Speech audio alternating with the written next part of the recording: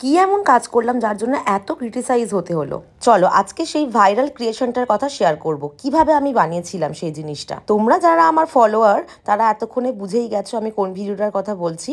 মহালয়ার দিনে আমি একটা ভিডিও আপলোড করেছিলাম, যেটাতে আমি দেখিয়েছিলাম আমি হেয়ারের মাধ্যমে একটা দুর্গা প্রতিমার মুখ আমি ক্রিয়েট করেছিলাম। দুর্গা প্রতিমার মুখ বা দুর্গা প্রতিমা ক্লে বা মাটি দিয়ে করা যতটাই কঠিন এবং সময় সাপেক্ষ, ঠিক একইভাবে এবং তার থেকে অনেক গুণ কঠিন আমার মনে হয় হেয়ার দিয়ে করা।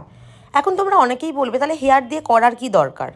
আমি একজন মেকআপ আর্টিস্ট এবং হেয়ার স্টাইলিস্ট। আমাদের আর্টিস্টদের প্রতিভা দেখানোর মাধ্যম হচ্ছে হেয়ার এবং হিউম্যান ফেস।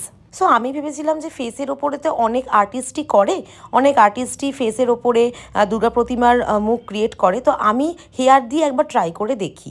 বলতে পারো একটা এক্সপেরিমেন্টই করছিলাম।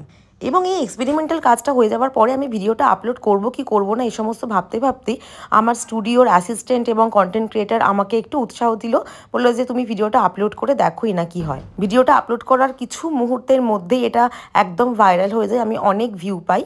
সত্যি বলতে তোমাদের অনেক অনেক ভালোবাসা পেয়েছি, এই কাজটাকে তোমরা অনেকেই অ্যাপ্রিসিয়েট করেছিলে, অনেক ভালোবাসা পেয়েছি এই কাজটার জন্য তোমাদের থেকে আমি।